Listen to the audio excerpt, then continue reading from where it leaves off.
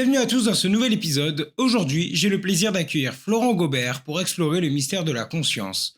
Au fil de notre échange, nous allons découvrir différentes théories sur les origines de la conscience, en particulier la théorie matérialiste. Nous allons explorer si la conscience pourrait se trouver partout dans le règne animal et si l'IA pourrait être un jour consciente. Nous aborderons les limites de la science actuelle et les possibilités pour l'avenir. Si tu es curieux de comprendre ce qu'est vraiment la conscience et quelle pourrait être son origine, alors cet épisode est fait pour toi. Attends-toi à apprendre si l'IA pourrait être consciente, quels sont les problèmes avec la théorie matérialiste, est-ce que la science peut répondre aux problèmes de la conscience, que se passe-t-il lorsque l'on divise un cerveau en deux parties, est-ce que l'ensemble du règne animal pourrait être conscient, peut-on résoudre le problème corps-esprit, est-ce que l'on a un libre arbitre, et bien plus encore. À la fin de cet épisode, tu repartiras avec une vision claire des enjeux scientifiques et philosophiques autour du problème de la conscience. J'espère que tu prendras autant de plaisir à nous écouter que nous en avons pris à le faire, et sans plus attendre, voici Florent Gobert.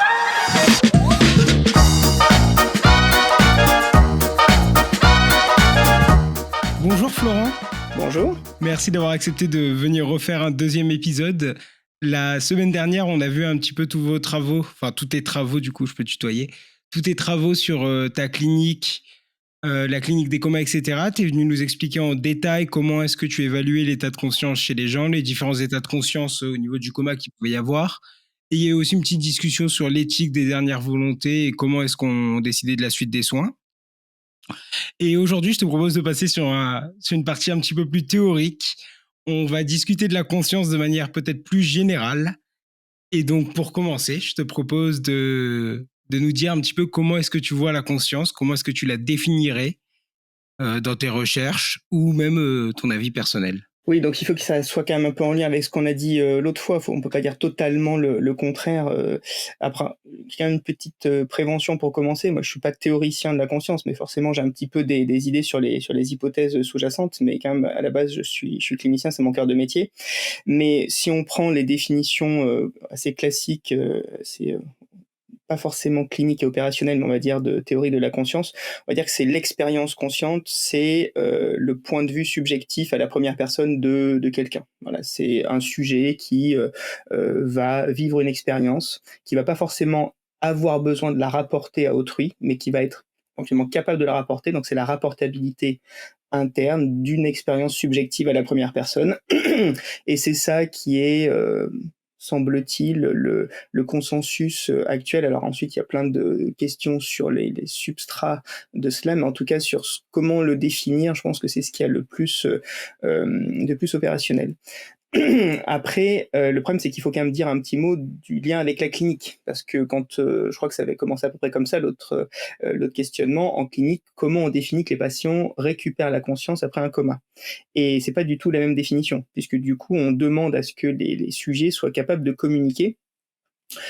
C'est dans les critères cliniques des échelles, ou d'utiliser un objet. On avait un petit peu discuté du fait que c'était un élément qui permettait chez les aphasiques de s'abstraire du problème du langage.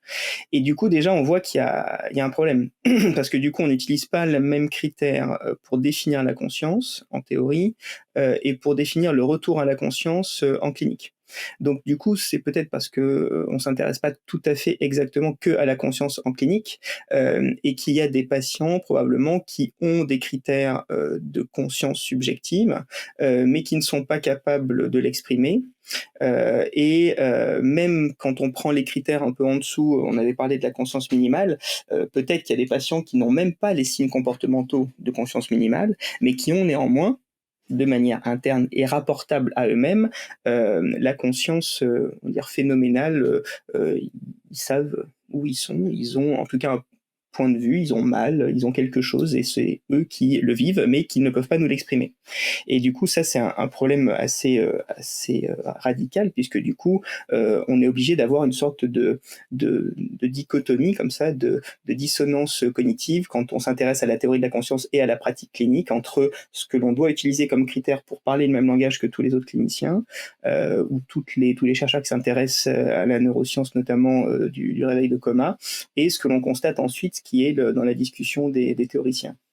Et donc, Dans ton avis personnel, vu que la semaine dernière, on a eu l'occasion d'aborder vraiment tout le côté des recherches et donc le paradigme matérialiste, etc. Donc pour les gens que ça intéresse, on aura la semaine dernière. Et donc là, aujourd'hui, on va essayer d'aborder peut-être un petit peu les problèmes qu'il y a avec ce paradigme. Et donc, comment est-ce que tu visualises le mind-body problem? Comment est-ce que tu fais sens de la conscience et de son lien avec le corps, du lien corps-esprit? Alors là, bon, ça c'est l'autre point. J'ai dit déjà que c'était pas ma spécialité. Puis ensuite, le problème, c'est que je vais pouvoir parler que de effectivement ma représentation. C'est-à-dire que je pense que ce serait possible d'inviter 10 ou 20 personnes et d'avoir 10 ou 20 réponses. C'est-à-dire que autant sur la définition, les gens se mettent à peu près d'accord, autant sur le mind-body problem, du coup, il va y avoir beaucoup de théories, d'hypothèses philosophiques, etc.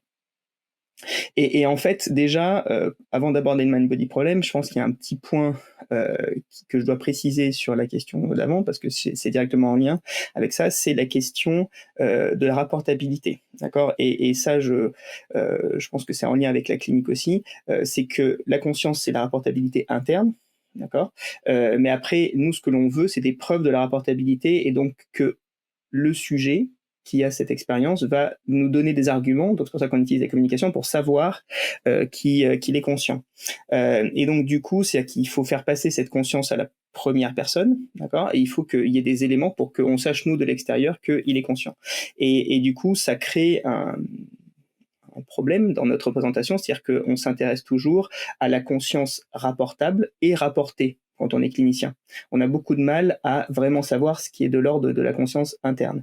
Et du coup, ça infère des dissensions dans les perspectives, notamment ceux qui vont s'intéresser plutôt à la conscience expérience et les corrélats neuronaux de la conscience expérience, qui sont en gros des régions d'interaction, des différentes perceptions et d'intégration de ces perceptions dans une représentation de l'expérience globale, et ceux qui vont s'intéresser, donc c'est en gros les postérieures hot zones, les régions postérieures du cerveau, qui sont des fois même un peu par provocation mises en exergue par les tenants de cette hypothèse.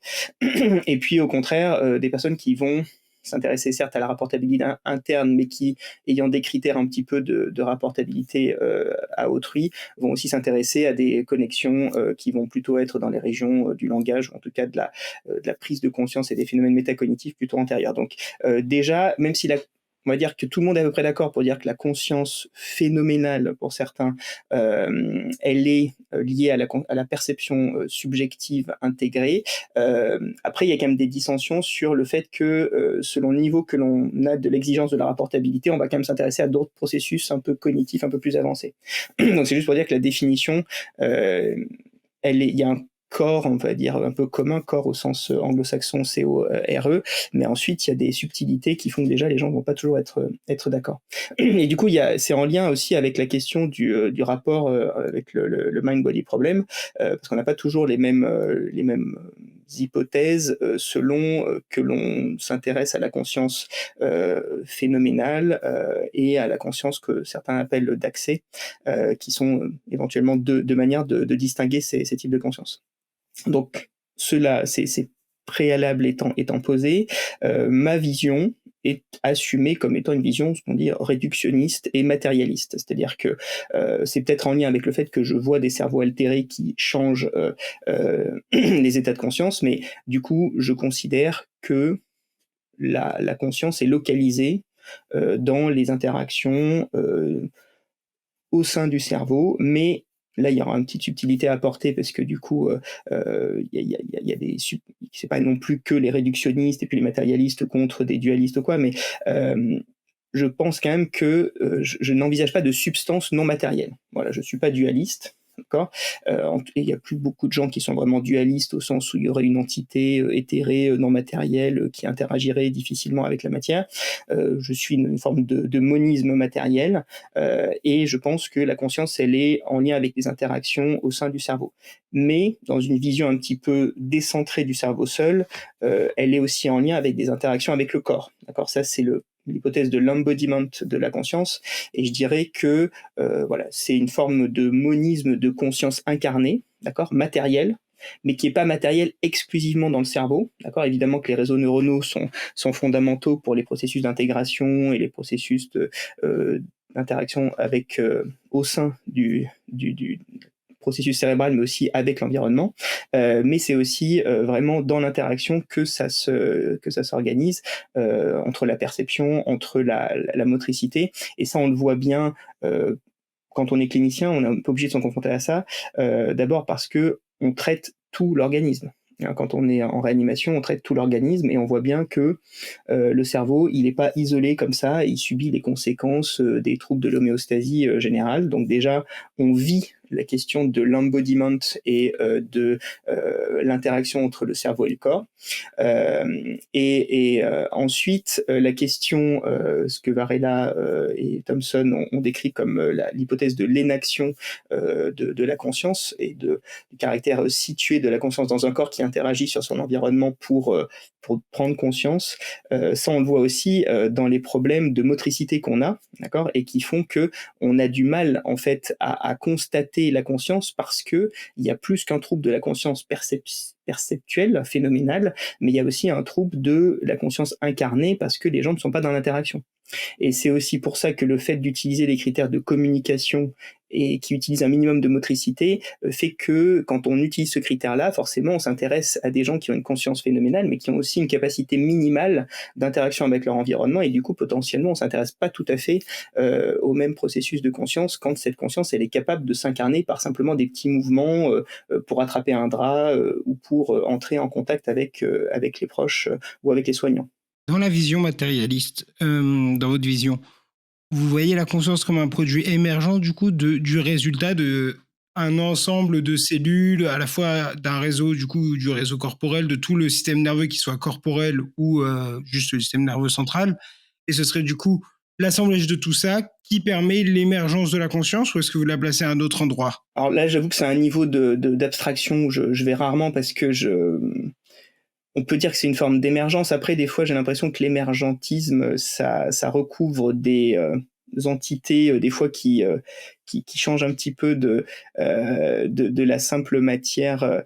Mais oui, c'est une émergence. Après, je sais pas ce que ça recouvre exactement. Mais disons que quand on supprime le substrat, on supprime des éléments de la conscience. Alors, on peut le dire comme ça. Et quand on supprime totalement le substrat, ce qui a émergé disparaît. Ça, c'est ma vision. C'est quand même une vision. Enfin, l'exemple que je prends, souvent quand je dois en discuter avec des personnes qui sont pas forcément sur ma position, c'est la question, et je pense qu'on peut tous se la poser, parce qu'il y a quand même une définition légale qui s'applique à tous quand on est dans ce cas-là, c'est la question de la mort cérébrale. Et je pense que c'est un point extrême, c'est un point limite qui permet quand même de penser un petit peu les choses d'un point de vue théorique. Quand la mort cérébrale est déclarée, c'est-à-dire qu'on a des éléments matériels, physiologiques, neurophysiologiques et d'imagerie pour dire qu'il n'y a plus d'activité cérébrale du tout, d'accord, et que du coup il n'y a plus de possibilité d'interaction avec l'environnement, il n'y a plus de possibilité de perception, etc. Même s'il y a un corps qui est encore fonctionnel, disons qu'il y a un corps, mais il n'y a plus de conscience embodied, et il n'y a plus de possibilité d'énaction. Pour moi, il n'y a plus rien. Voilà, je peux le dire autrement. Alors, je ne sais pas si ça répond à la question de l'émergentisme, mais en tout cas, oui, quand il y a un minimum d'activité cérébrale, on peut imaginer qu'il y a un minimum de vie subjective qui émerge de cela, et quand le substrat disparaît, eh bien, il n'y a plus. Les dernières fois, on avait parlé justement de faire la distinction entre le contenu et les perceptions qui sont sur la conscience, enfin, entre le contenu de la conscience qui est les perceptions qui apparaissent dessus, et la conscience comme justement l'écran sur lequel le toit apparaît. Et donc, c'est pour répondre à ce que vous disiez justement, pour proposer une idée contraire, ce serait que on peut détruire le cerveau et altérer le contenu de la conscience. Je m'enlève l'air du langage, je perds le langage, je perds une capacité consciente de faire quelque chose. Je m'enlève, je sais pas, le cortex occipital par exemple, je perds la vue, je perds l'expérience consciente d'avoir la vue. Pour autant, je reste conscient, c'est juste que je ne peux plus voir, je n'ai plus ce contenu qui peut apparaître sur mon écran. Et donc, on peut imaginer qu'on pourrait retirer, retirer, retirer. Est-ce qu'il y a un moment où il y aurait une sorte de centre de la conscience et on enlève ça et il n'y a même plus juste un écran noir, une sensation d'un écran noir, il y a juste rien? Ou est-ce que justement, la conscience serait quelque chose de plus fondamental, on va dire, dans les cellules? Parce que j'ai du mal avec l'émergentisme dans le sens de comment ça se fait que si on met à côté plein de thermomètres, tout d'un coup, enfin plein de choses qui fonctionnent comme n'importe quelle règle physique sans expérience subjective, tout d'un coup, on a une expérience subjective qui émerge de tout ça.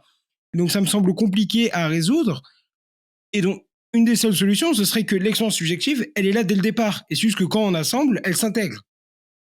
Et du coup, dans ce cas-là, si on est en mort cérébrale, par exemple, on n'a plus du tout de possibilité de contenu qu'on considérait comme humain.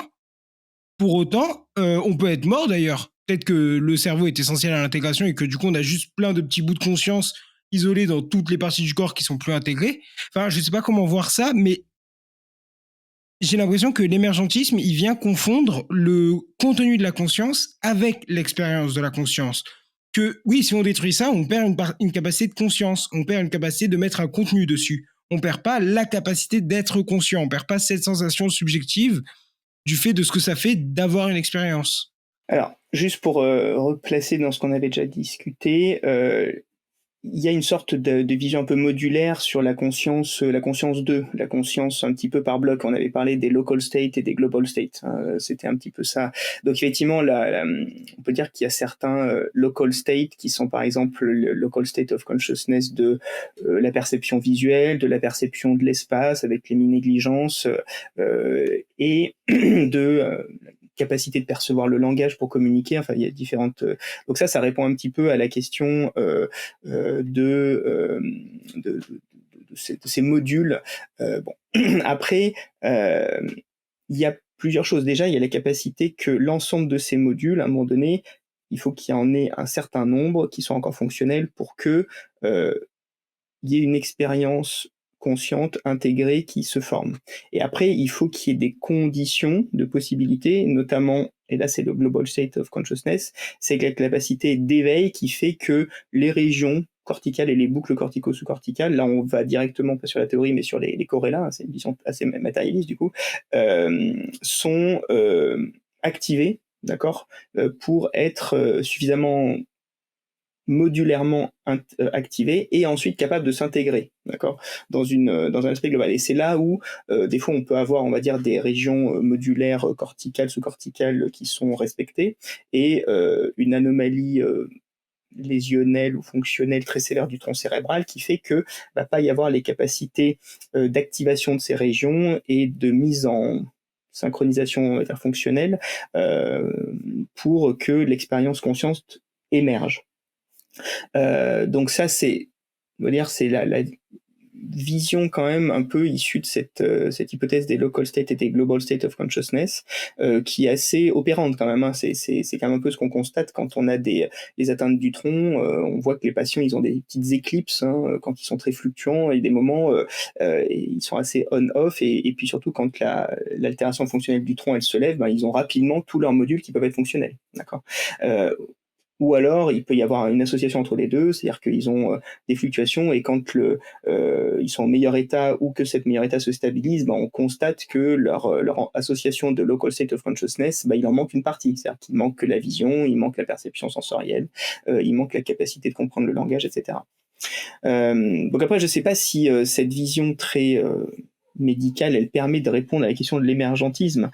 La question là d'une conscience très, on va dire, de bas niveau, qui serait indépendante du cerveau et qui serait que dans le corps. Le problème, c'est qu'on n'en a pas de preuves, d'accord. Tout à l'heure, on parlait de la question de la porter la preuve, et on a des exigences en clinique parce qu'on veut pas juste de la conscience rapportable, mais on veut de la conscience rapportable et rapportée pour savoir ce qui se passe vraiment.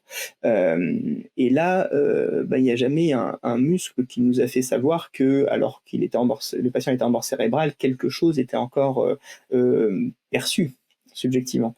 Après, la question se pose de jusqu'où, si on n'est pas dans l'exigence d'avoir une perception intégrée avec un système nerveux central fonctionnel, jusqu'où ça persiste, cet état de conscience un peu global panpsychique, et à ce moment-là, jusqu'où ça va dans l'ordre phylogénétique. Est-ce que si on n'a pas de système nerveux central intégrant les différentes perceptions, et agissant sur le monde, est-ce qu'on a néanmoins une forme de conscience? Est-ce que toute forme de vie qui maintient son homéostasie et qui a un processus d'auto-entretien, d'autopoïèse, est-ce que pour autant sa perception du monde, sa sentience, comme on dit parfois, du monde, c'est une expérience consciente aussi intégrée? Euh, Moi, je pense que je peux pas, à mon modeste niveau, sur la base des connaissances cliniques, répondre à ça. En tout cas, pas avec le niveau d'exigence qu'on met pour la clinique. J'ai quand même l'impression, quand j'entends un petit peu ce qui se dit et ce qui s'écrit sur ça, qu'il y a un certain nombre de choses qui relèvent un petit peu de l'hypothèse et de l'opinion, voire de la foi. Enfin, c'est des théories qui restent quasiment quand même en dehors du champ de la science, au sens où je vois pas bien comment elles seront démontrables ou falsifiables.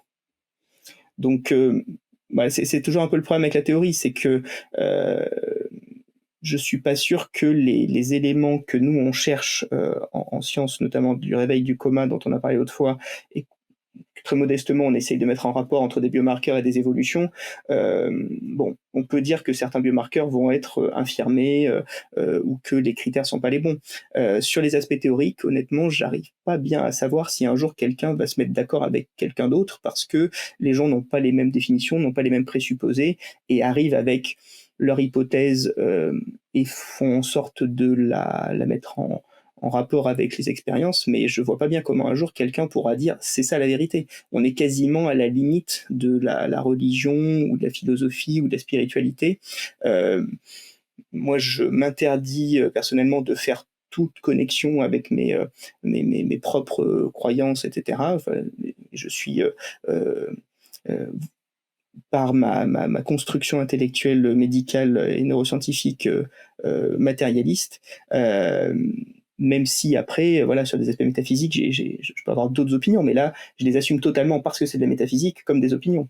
Alors que quand on est dans le monde physique, là, j'ai l'impression que les opinions rentrent un petit peu dans des aspects de théorie scientifique, mais qu'elles seront indémontrables. Je vois pas comment des gens qui sont pas d'accord là-dessus peuvent changer d'avis. C'est ça un peu le problème. Donc, donc moi, je suis, pour répondre à la question initiale, je suis, on va dire, moniste, c'est-à-dire je considère qu'il y a une seule substance. Je suis matérialiste et effectivement, je considère que tout vient des processus d'interaction physique. Après, la question qui est plus difficile, je pense, et là où c'est plus discutable, c'est est-ce que je suis totalement réductionniste, c'est-à-dire qu'est-ce que je considère que, et je pense que c'est ça la seule question en fait épistémologique, c'est est-ce qu'on considère que les processus sont totalement connaissables? Est-ce qu'on considère que on peut trouver totalement la clé de compréhension de la complexité, enfin dans la complexité des processus physiologiques? Et ça, ça, je suis pas, je suis pas une opinion définitive. J'ai tendance à considérer que tout est compréhensible, mais que tout ne sera jamais compris. C'est-à-dire que de droit, on pourrait imaginer que tout est dans la matière et qu'il suffit de la comprendre intimement. Est-ce qu'on arrivera à le faire? Je ne parle pas évidemment de cette génération, mais est-ce qu'un jour la science pourrait s'autoriser à décrire la matière dans sa complexité, mais en utilisant une complexité au moins équivalente?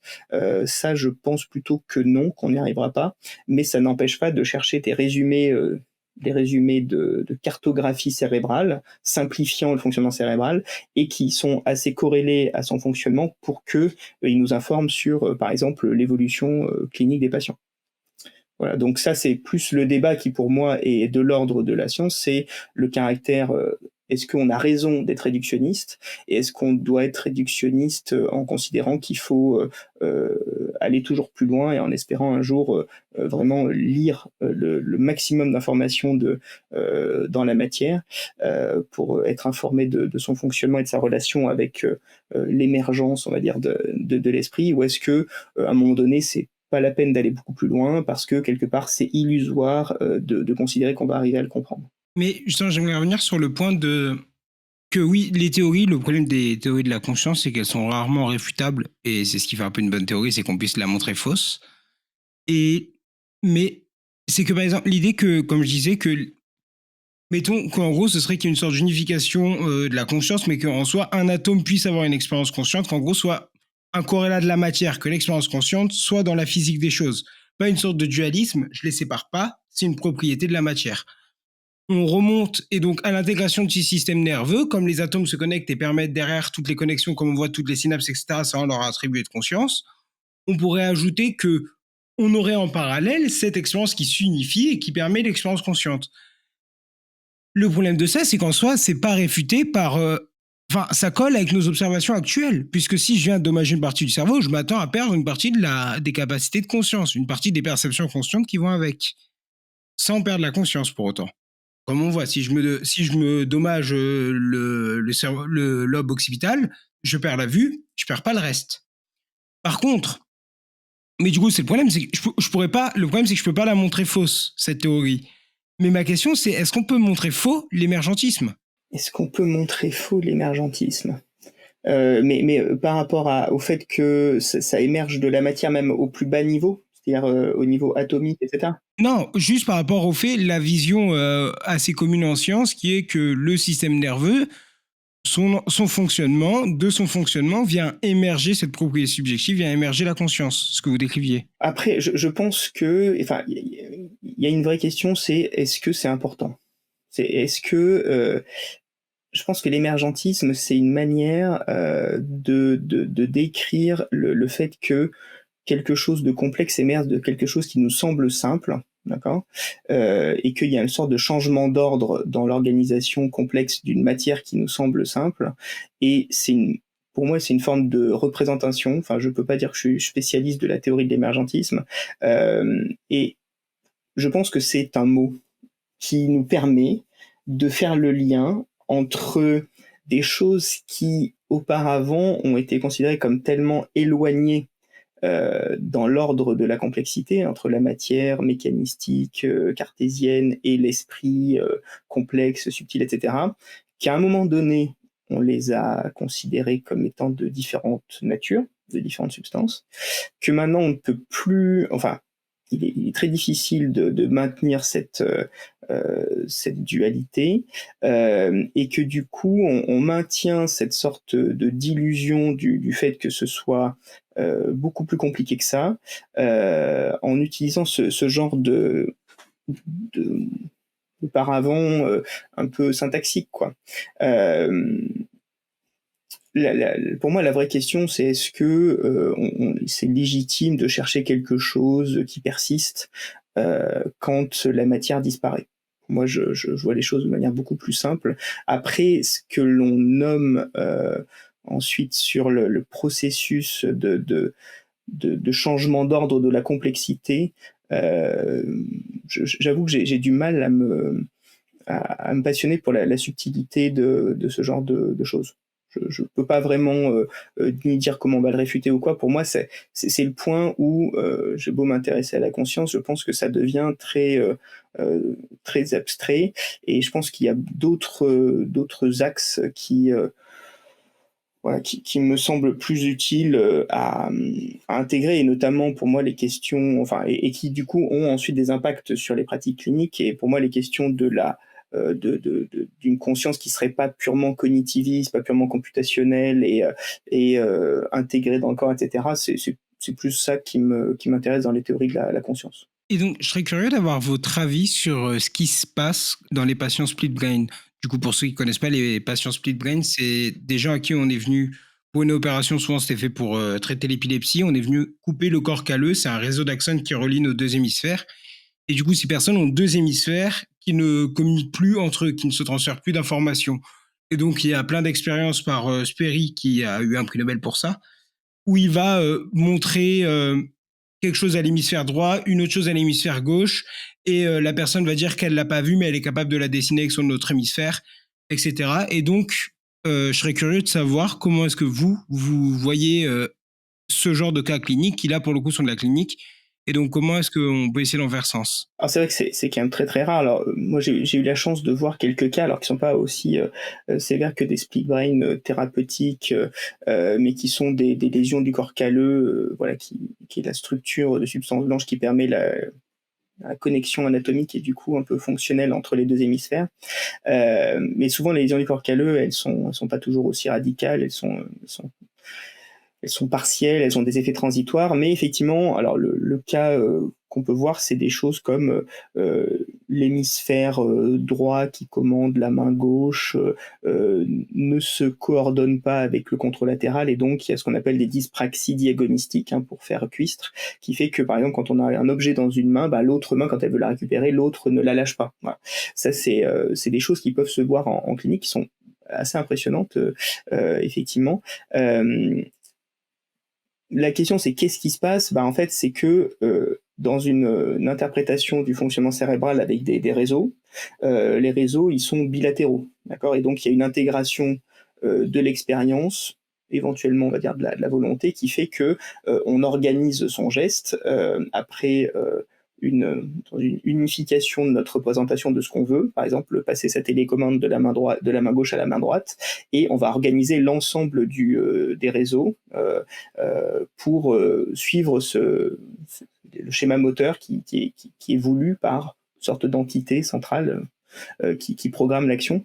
Et du coup, là, il y a en fait 2 réseaux qui ne se connectent plus, d'accord, et qui du coup maintiennent leur propre volonté transitoirement jusqu'à ce que ça se réorganise, hein, bien souvent, qui fait que du coup ben, la main gauche veut conserver un peu avec un processus frontal d'agrippement, hein, avec le réflexe archaïque du grasping qui revient, et qu'au contraire plus la main droite va l'attraper, ben, plus la main gauche va vouloir le conserver, parce que ben, du coup il n'y a plus de mise en harmonisation dans un processus physiologique intégré de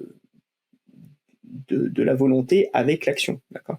Donc c'est un peu un trouble. Tout à l'heure, on parlait rapidement de Varela et de l'hypothèse de l'énaction. L'énaction, c'est en physiologie, hein, c'est comment le corps il arrive à interagir avec son environnement. Et ben là, du coup, il y a des éléments de l'environnement pour lesquels il y a une compétition, et donc du coup, on ne va plus arriver à intégrer une conscience unifiée vers un objectif commun. Et donc du coup, il va y avoir ces modules de local state of consciousness qui vont du coup être séparés et qui vont être totalement activés parce que les voies de l'éveil sont bilatérales et donc elles ne sont pas à toucher, donc tout est bien activé, mais il y a plus d'harmonisation et de synchronisation des planifications motrices, par exemple, pour que tout aille dans le même sens. Mais donc, chez une personne normale, vu qu'on sait que la communication entre les deux hémisphères peut pas se faire à 100%, toutes les informations perçues par l'hémisphère gauche ne peuvent pas être communiquées à l'hémisphère droit. Il va du coup forcément y avoir des zones d'ombre. Est-ce que donc ces zones d'ombre vont, par exemple, il va y avoir un global state, comme vous dites, donc tout ce qui va être synchronisé, et est-ce qu'il pourrait y avoir des local states qui resteraient par moment, donc pas tout le temps, donc ce serait un moment, ce serait une certaine zone du cerveau qui serait un local state et qui irait pas synchroniser avec le reste, et donc ce qui donnerait une sorte d'appui à un inconscient freudien qui est presque conscient, enfin en tout cas qui aurait des désirs, des choses comme ça. Et donc je dirais que ma question, c'est comment est-ce que vous abordez l'inconscient? Est-ce que ce serait justement une conscience, enfin, conscient en soi de lui-même, mais simplement pas intégré à un moment T au réseau global Alors là, c'est vrai que ça va très loin. Tous les processus physiologiques ne sont pas conscients à tous les instants, d'accord? Ça, on en fait tous l'expérience.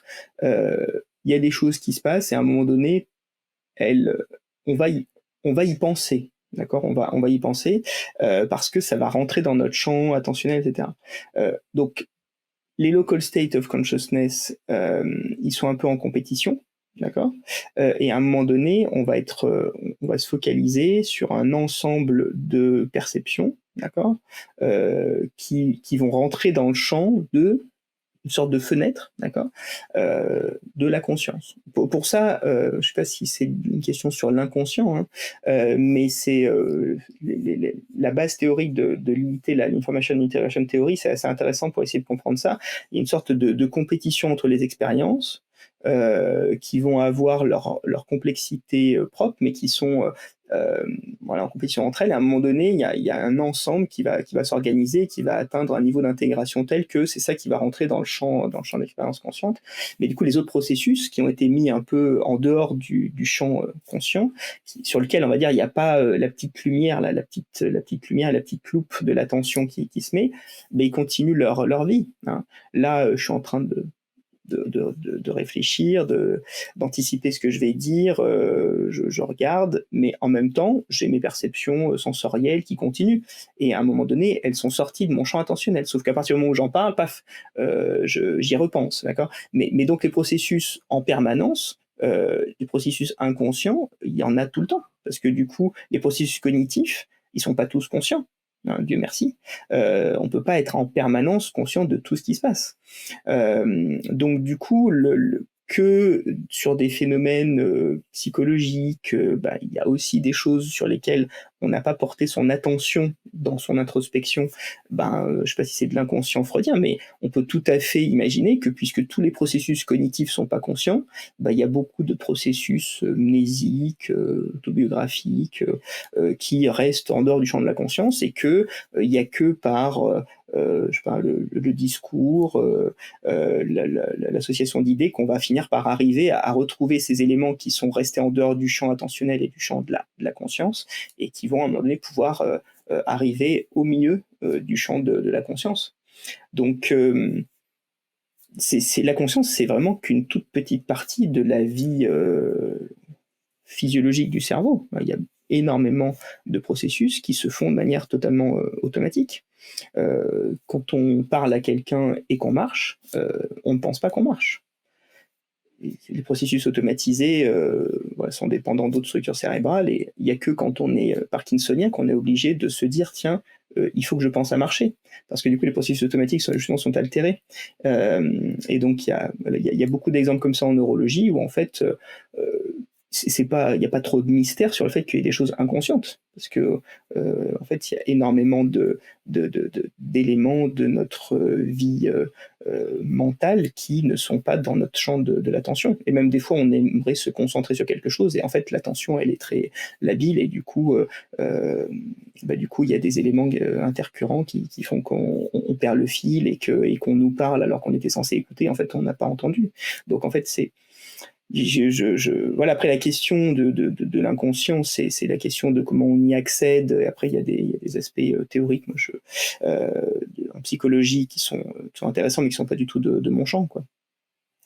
Mais disons que c'est pas très difficile de l'expliquer au niveau des processus physiologiques. Juste pour être sûr que j'ai bien compris, il y aurait ce sort de tableau de la conscience avec du coup ou ce projecteur plutôt de la conscience et de l'attention, une sorte de double projecteur parce que l'un peut dépendre au nom de l'autre. Une fois qu'il y a une scène, et donc ce qui va pointer au moment où ça pointe dessus, c'est ce qui apparaît sur le champ de la conscience. Mais est-ce que du coup vous considérez que l'expérience subjective liée à cette chose qui passe dessus, l'expérience subjective, elle vient du projecteur ou elle vient de la chose qu'on a pointée? Alors le problème c'est que les images, c'est que des images. Hein. Ça c'est un peu la question il y a la question du théâtre intérieur. Hein. C'est est-ce qu'il y a un processus vraiment qui est et là on revient sur la question de la conscience phénoménale et de la conscience d'accès. Est-ce que quel est le rôle de l'attention et processus, et du coup probablement que il y a un peu les deux. C'est qu'il faut que les processus soient intégrés au niveau perceptuel, qui crée une expérience. Et du coup, là, il y a les tenants des deux hypothèses. C'est que soit tout émerge de la complexité des interactions dans les structures de l'expérience, mais on ne peut pas dire qu'il n'y a pas des fois des processus qui sont aussi contrôlés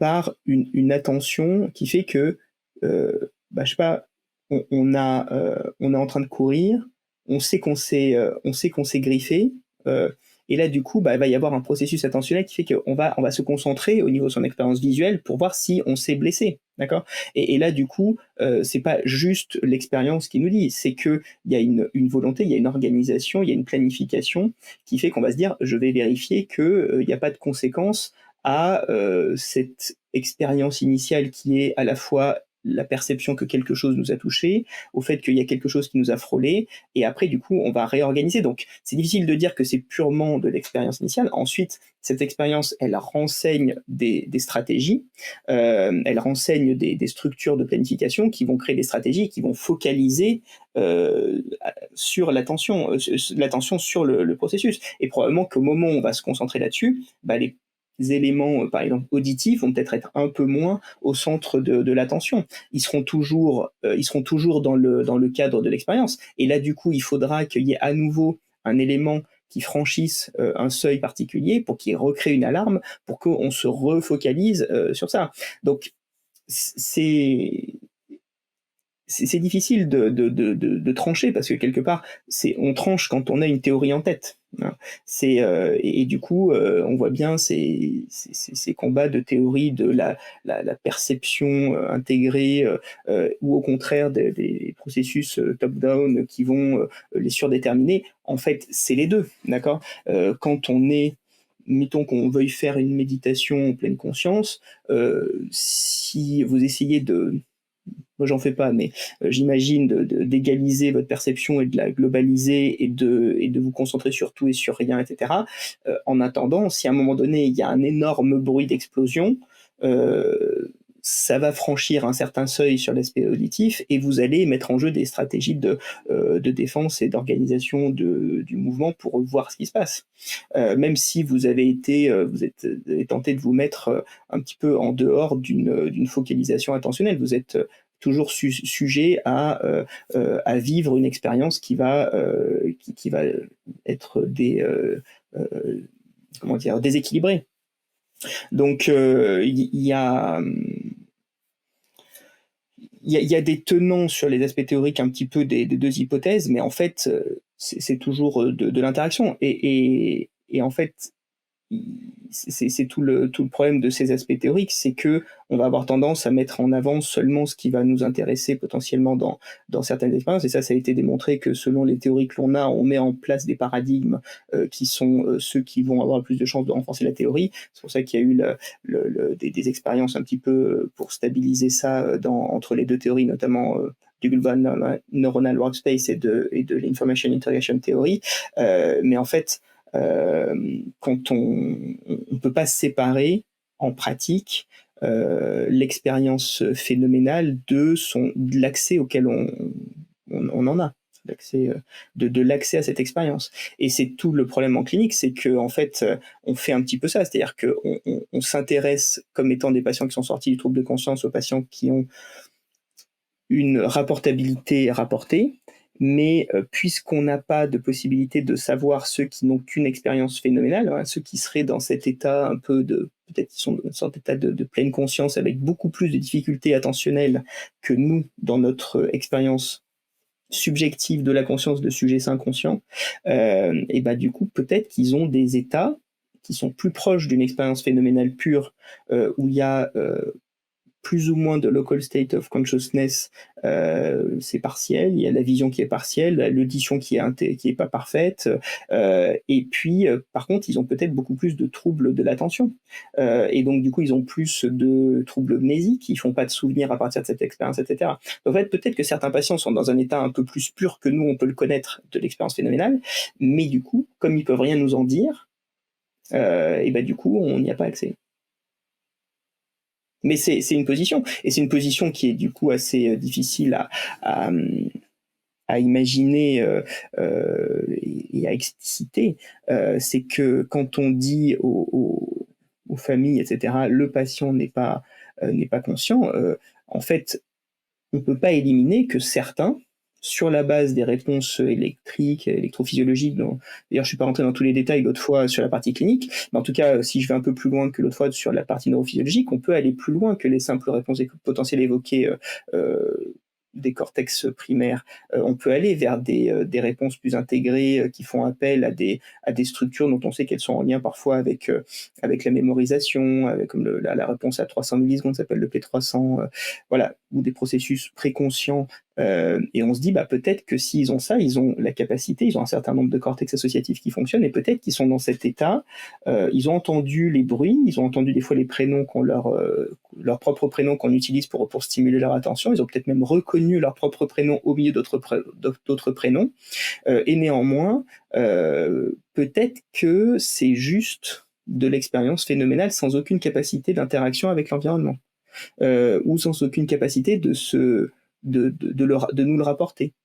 Et on ne sait pas s'ils sont juste dans l'intégration sensorielle complexe, multimodale, dans un début d'expérience, mais est-ce qu'ils sont capables de se la rapporter à eux-mêmes comme étant leur jeu qui a reconnu le propre prénom? Ça, on ne sait pas.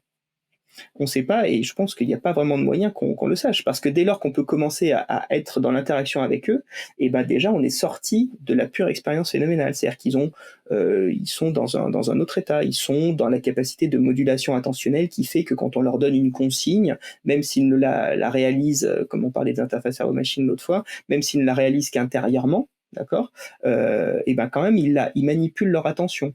Donc ils sont déjà plus dans cet état-là. Donc en fait, c'est là où on touche aussi au caractère un petit peu discutable de ces aspects théoriques, c'est que la conscience phénoménale à l'intérieur des patients, peut-être qu'il y en a, mais quelque part, elle est un peu indémontrable. Et s'il y en avait, elle serait peut-être pas utilisable en clinique, sauf si on pouvait démontrer que c'est une promesse d'évolution. Mais donc en fait, on cherche des biomarqueurs qui sont peut-être associés à un fonctionnement complexe, mais subjectivement, on ne peut pas savoir ce qu'ils ont. On ne peut pas répondre à la question que posait Nagel, qui était What is it like to be a bat? Qu'est-ce que c'est que d'être une chauve-souris? On ne peut pas répondre à la question qu'est-ce que c'est que d'être un patient non communicant? On ne peut pas répondre à la question. La seule solution, c'est qu'on y soit nous-mêmes. Et que éventuellement on puisse, mais je vois pas bien comment même c'est possible théoriquement, qu'on puisse être dans cet état d'expérience non rapportée, et qu'ensuite on en sorte et qu'on s'en rappelle. Mais du coup, si on est capable de s'en rappeler, c'est qu'on était déjà un peu au-delà. Donc en fait, c'est une position assez théorique, quoi. C'est ça le problème, on en a parlé la dernière fois, mais la conscience, on n'y a accès que si la personne a de la mémoire. On n'y a accès qu'en second après que la personne l'ait vécu. Et donc, mais pour rendre les gens plus clairs, je pense tout le monde a cette expérience-là. Quand on s'endort la nuit, on se réveille le matin, on a l'impression que notre conscience s'est éteinte, mais pourtant on fait des rêves. Donc des fois on s'en rappelle, mais on peut très bien imaginer que on fait des rêves une majeure partie de la nuit, juste on s'en souvient pas. Et donc est-ce qu'il n'y avait pas d'expérience subjective au fait de faire un rêve? Et dans ce cas-là, pourquoi est-ce que certaines fois il y en aurait? Ou est-ce que c'est juste qu'il y en a, mais c'est juste qu'on les enregistre pas en mémoire? Et donc si on les enregistre pas en mémoire, une seconde après, 2 secondes après, on n'a plus la trace. Donc c'est comme si c'était rien passé. Et mais du coup, c'est un peu cette question-là, mais ça la rend plus accessible et peut-être plus facilement à comprendre, puisqu'on se pose un petit peu tous cette question, je pense, au bout d'un moment, de qu'est-ce qui se passe quand là je m'endors et que j'éteins les lumières et pendant tout ce temps-là, pourquoi est-ce que des fois il y a une expérience dedans? Juste pour la question de la mémoire, en fait, évidemment, il y a l'expérience qu'on fait tous, parce que c'est physiologique et du coup, on en a tous un vécu. Alors déjà, les rêves, tout le monde ne rêve pas de la même manière. Tous les rêves ne sont pas le même type de rêve très riche, onirique, en sommeil paradoxal. Il y a d'autres formes de vécu dans d'autres stades de sommeil. Et puis, il y a la capacité d'apprendre à se souvenir de ses rêves. Je me suis jamais trop penché là-dessus personnellement. Et puis la capacité à même avoir le sentiment de vivre et de modifier ses rêves, avec les rêves lucides. Donc ça, c'est tout un champ particulier où justement on peut un petit peu entraîner son psychisme à vivre différemment les rêves et éventuellement à être dans une forme d'énaction et d'interaction simulé dans le rêve. Et la question de la mémorisation, c'est vraiment quelque chose de fondamental. Parce que je ne sais même plus si on en a parlé l'autre fois dans la partie enregistrée, parce qu'on avait continué à discuter un petit peu, mais nos patients, ça je l'avais dit, ne se rappellent pas des périodes où ils ont été dans la conscience immédiate. D'accord? Donc on ne peut pas dire que la conscience, c'est l'interaction et la mémoire, parce qu'à ce moment-là, il y a des gens qui vont vivre des choses, mais même nous, on ne se rappelle pas de tout ce qu'on a fait. Et donc, du coup, sous prétexte qu'on ne s'en rappellerait pas, on n'aurait pas été conscient à ce moment-là. Non, la conscience, c'est à l'instant T, on a une expérience. Éventuellement, les autres peuvent se rendre compte qu'on a une expérience parce que eux, ils vont voir notre interaction notre interaction mutuelle. Et des fois, on ne s'en rappelle pas du tout. D'accord? Et là, il y a un cas de clinique moi je ne vois plus dans mon champ clinique. La question du niveau de conscience des patients qui présentent des altérations cognitives avec une démence, et notamment avec la perte des capacités de fabriquer des souvenirs, ça se pose. Hein. C'est que pendant un certain temps, les patients qui ont ce genre de troubles mnésiques très avancés, ils sont immédiatement présents, donc dans l'interaction, ils ont leur expérience, ils nous la rapportent, mais quelques minutes ou quelques jours après, ils n'en gardent pas de traces. D'accord, alors que c'est des éléments dont nous, on sait qu'ils devraient se rappeler. Hein. Là, la théorie de l'esprit nous dit, non, mais là, ils ont oublié de manière pathologique. Et néanmoins, ils sont conscients. Et il y a des étapes ultérieures de troubles des fonctions cognitives, quand c'est plus que la mémoire qui est touchée, où ils perdent de ce qu'on pourrait appeler dans la littérature de la conscience, dans le clinique de la conscience, des local state of consciousness. Ils vont perdre des capacités même de produire du langage pour l'interaction. Ils vont perdre des capacités de reconnaissance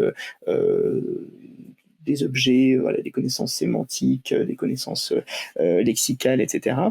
Et donc, du coup, à un certain point, les questions démentielles dégénératives rejoignent les questions de conscience aussi, parce que ça commence par la mémoire, mais comme nous, nos patients récupèrent la mémoire à la fin, et quand ils sortent de l'état de confusion post-traumatique, au sens large, ou ce qu'on appelle le délirium, alors que dans la dégénérescence, phénomène dégénératif, c'est plutôt ça qui part au départ.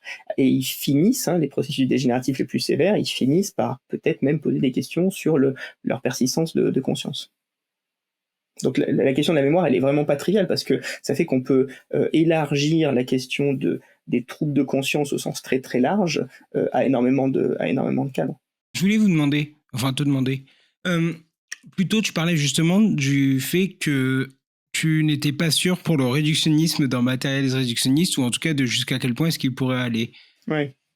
Où est-ce que tu penses que la science, dans son état actuel, donc je dis pas avec des changements dans de nouvelles technologies, etc., sûrement, mais dans le paradigme actuel, donc si on restait sur un paradigme matérialiste, où est-ce que tu penses que va se trouver la limite dans la question de la conscience? Est-ce qu'on va réussir à trouver, par exemple, une explication à cette expérience subjective, à la conscience, à ce que ça fait d'être une chauve-souris, comme disait Thomas Nagel?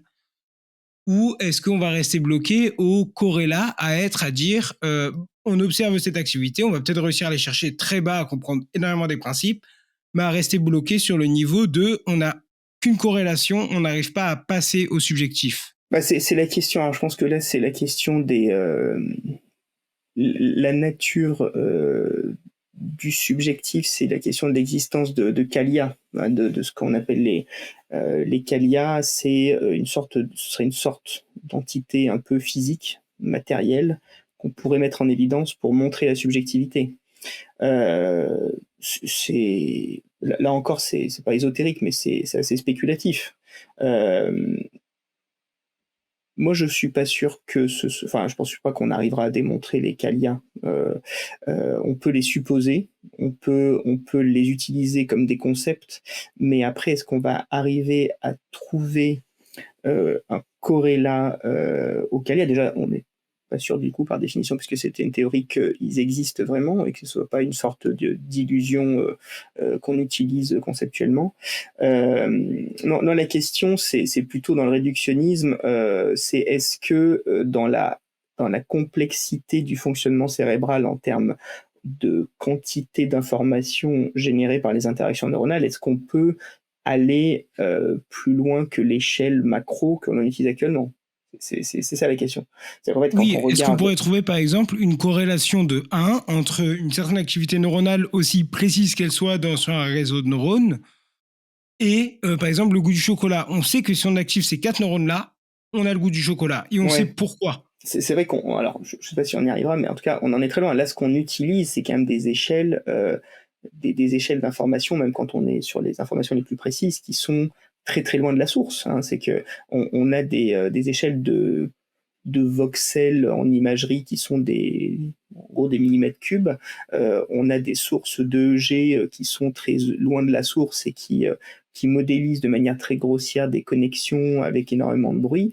Enfin, je veux dire, on est très très loin, mais de manière incommensurable, de l'activité électrique unitaire d'un neurone que de temps en temps, dans des modèles animaux, on arrive à enregistrer parce qu'on met une électrode dedans. Et quand on a mis dans une, on ne peut pas l'avoir dans tous les autres milliards de neurones en même temps. Et quand on en a dans deux ou trois, on fait des études déjà extraordinaires alors qu'on a énormément perdu en information. On a un petit peu de temps, mais on n'a pas 24 heures, on n'a même pas une semaine, on n'a pas les rythmes infradiens. Enfin, on perd énormément d'informations. Mais donc, ce qu'on avait un petit peu dit l'autre fois, c'est la question, c'est est-ce que c'est utile d'aller vers une information tellement complexe qu'on ne saura peut-être pas comment la traiter. C'est-à-dire que si on avait la possibilité d'enregistrer toute l'activité cérébrale à l'échelle même moléculaire, enfin à l'échelle cellulaire et même savoir ce qui se passe au niveau moléculaire, même ce qui se passe du coup au niveau des membranes et des récepteurs, etc. Si on avait la possibilité d'avoir cette information-là, il faudrait qu'on la synthétise, probablement, pour pouvoir la comprendre. Donc la question c'est est-ce qu'il faut s'acharner à avoir quelque chose d'excessivement précis si derrière on est obligé de faire un énorme travail de synthèse, c'est-à-dire qu'on fait un énorme travail de collecte excessivement précise, et ensuite on fait un énorme travail de synthèse, probablement qu'il y a peut-être un niveau de description multimodale, etc., qui permettra d'avoir tellement d'informations déjà qu'on n'aura pas besoin d'aller beaucoup plus loin dans la définition de la réalité même du fonctionnement, mais qu'on aura des biomarqueurs déjà tellement précis qu'on pourra peut-être avoir une prédiction sur les perceptions à l'instant T, sur les évolutions des patients, sur la dynamique attendue, sur les capacités de récupération qui suffira. Donc c'est ça où il y a une question épistémique entre ce qui est strictement utile pour les questions qu'on pose et ce qui est de l'ordre de est-ce que c'est pas parce qu'on n'arrive pas à comprendre tout ce qui se passe que c'est pas dans la matière que ça se passe. Et donc c'est là où la question du réductionnisme, elle est et que tout est dans la matière, mais même si on n'arrive pas à le démontrer, et enfin pas à le démontrer, mais en tout cas à le mesurer dans son intimité sur tous les plans cellulaires, moléculaires, histologiques, etc. Est-ce que, je sais pas si j'ai pas la réponse à ça, donc je sais pas si peut-être vous en avez entendu parler, ou en tout cas si c'est un axe de recherche, d'essayer via des ordinateurs et des algorithmes, du coup je suppose, d'essayer de reconstruire à partir de données cérébrales en direct la perception qui pourrait y être associée pour essayer de voir si justement il y aurait un état de conscience. Que ce soit ciblé peut-être juste sur la douleur, peut-être sur autre chose, d'essayer de cibler une zone et de reconstruire pour essayer de voir si on obtient. On peut le faire avec des personnes conscientes au début, par exemple, imaginer une voiture et on regarde si ce qui sort, ça ressemble Ouais. plus ou moins à une voiture ou des choses comme ça. Alors je pense qu'il y a justement des personnes qui ont fait ça avec la connectivité fonctionnelle pour, je crois que ça s'appelait, je l'avais même vu une fois en présentation, Brain TV, où ils présentaient l'activité neuronale en direct en termes de connectivité. C'était sur des patients dont on regardait la connectivité fonctionnelle entre des régions cérébrales en intracérébral et qui justement montrait ce qui se passait sur un élément très modulaire simple, je crois que c'était sur des éléments visuels, et qui montrait qu'en fonction de la perception, ça bougeait dans un sens ou dans l'autre. J'ai pas un souvenir très très précis, mais oui, il y a un champ qui essaye de faire cette relation-là, mais pour l'instant, en tout cas, on n'a pas la possibilité, puis même les éléments invasifs que l'on utilise, même quand on veut se rapprocher, c'est toujours un échantillonnage spatial très limité. C'est-à-dire qu'on explore certains réseaux, souvent les expériences se font chez des patients qui ont des électrodes intracérébrales pour des raisons pathologiques, donc on explore des cerveaux qui ne sont pas le cerveau sain, parce qu'on n'a pas la possibilité, en dehors de cadre clinique, de mettre des électrodes intracérébrales. Et puis on voit pas bien comment on pourrait mettre des électrodes dans tout le cerveau sans qu'au bout d'un moment on ait toutes les informations qu'on veut et sans que ça provoque de lésions. Donc on reste limité à des éléments non invasifs pour des raisons éthiques qu'on comprend bien, et qui du coup perdent beaucoup en information spatiale et qui du coup n'explorent pas toute un tas de régions cérébrales qui sont pour autant fondamentales, comme les régions profondes, les neurones centraux, les ganglions de la base et le thalamus. Donc on on peut pas faire ça. Disons qu'il y a des petites fenêtres sur ce genre d'informations qui existent sur des cas très particuliers, mais on peut pas faire ça à l'échelle de tout l'encéphale. Et puis, il y a des régions qui restent totalement inexplorables par les moyens invasifs, les régions très importantes du tronc cérébral, on ne peut pas les explorer sur ces modalités-là in vivo chez l'homme. Personne ne va mettre des électrodes dans les régions clés du tronc cérébral. Donc on est contraint de regarder leur métabolisme, leur activité éventuellement avec des outils d'imagerie, mais qui ont des problèmes de résolution spatiale, et donc on est très très loin de pouvoir comprendre tout ce qui se passe sur toutes les échelles, et quand bien même on ferait, mettons sur des modèles animaux, je ne sais quoi, des traceurs de différentes monoamines ou quoi, et ben on aurait de toute manière des problèmes spatiaux, c'est-à-dire qu'on ne pourrait pas définir ce qui se passe à l'échelle cellulaire. On peut définir ce qui se passe sur des régions qui ont quand même un certain volume, et donc du coup on perd de la résolution. Donc c'est là où, même quand j'essaye de faire de la recherche avec des outils multimodaux, et et déjà on a énormément de données à combiner, c'est déjà très complexe, et qu'est-ce qu'on pourrait bien faire d'éléments aussi complexes que toute l'information mettons, de monoaminergique de toutes les cellules d'un noyau en particulier du tronc. Ce serait déjà des informations colossales. Et même si on les avait sur quelques minutes ou quelques secondes, ce serait déjà des informations colossales. Et si en plus on devait les modéliser sur tout ce qui se passe sur 24 heures, je ne sais même pas comment on pourrait le faire. Alors peut-être que dans un autre paradigme avec des super intelligences artificielles, etc., en tout cas avec notre capacité de concentration et d'attention pauvrement humaine que nous avons pour l'instant à notre disposition, je vois bien ce qu'on arriverait à en faire. Et déjà, les modalités actuelles, on a du mal à les comprendre, à les intégrer par nos propres moyens. On est obligé d'utiliser des outils de réduction d'informations pour essayer de le comprendre. Donc c'est ça, pour moi, la véritable limite du réductionnisme, c'est que qu'est-ce qu'on pourrait faire d'encore plus d'informations? Bah, le problème, c'est que je peux imaginer que du coup, en termes de computation, ce problème, au fur et à mesure qu'on sera à même de récolter plus d'informations, on sera capable de la traiter, mais le problème que tu soulignes, c'est que peu importe comment est-ce qu'on la traite, à moins qu'on ait un logiciel qui arrive à nous la synthétiser suffisamment, on sera toujours pas capable d'en faire quelque chose nous-mêmes. C'est même pas le souci de est-ce qu'on arrive à la récolter et de la traiter, c'est quelles sont les conclusions qu'on en tire et est-ce que nous, on est capable de les comprendre. Ouais, mais c'est là où il y a un problème épistémique aussi fondamental, c'est que, et là où les définitions, c'est que quand on a une approche comme ça matérialiste et qu'on veut des biomarqueurs et des liens avec quelque chose, les patients en général ils sont subdivisés en groupes. Et les groupes en fait viennent de nos évaluations, et nos évaluations viennent de nos présupposés. Et du coup ensuite on met dans les données nos présupposés.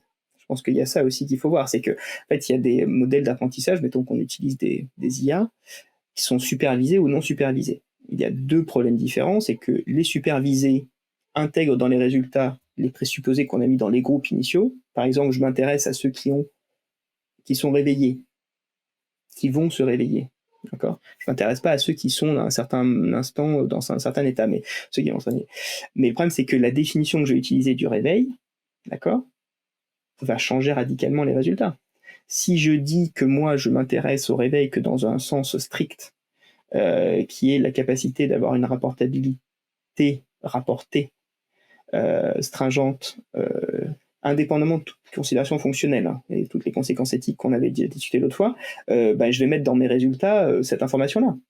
Donc du coup, je vais trouver les corrélats, même si j'utilise une super intelligence et un modèle de sélection très performant, il va jamais me donner que ce que je lui ai demandé.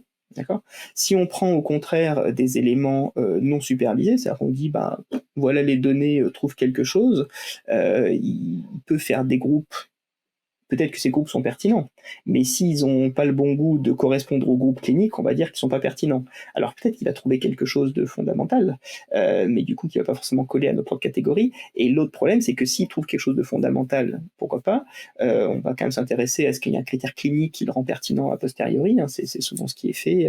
On va dire, ça ne correspond pas, ce que tu as trouvé, ça ne correspond pas à comment étaient les patients. Par contre, paf, là c'était le Graal, tu as trouvé les patients qui n'étaient pas encore réveillés mais qui vont le devenir. D'accord ? Ça, c'est ce qu'on aime faire des fois quand il y a ce genre de discordance. Et le problème des modèles non supervisés, c'est le contraire, c'est qu'en fait, on comprend rien à ce qu'ils ont fait. C'est-à-dire qu'on il a appris un peu tout seul et du coup, par contre, on n'arrive pas à trouver. Alors, il y a des personnes compétentes en intelligence artificielle qui ensuite essayent de craquer le code pour essayer de comprendre ce que dans la boîte noire, le modèle a reconnu. Mais du coup, c'est à la limite de la magie, puisque du coup, on n'arrive pas à savoir quel est l'élément physiologique, peut-être non connu, qu'il a trouvé et qui va permettre de trouver une information qui n'était pas évidente sur les autres critères classiques.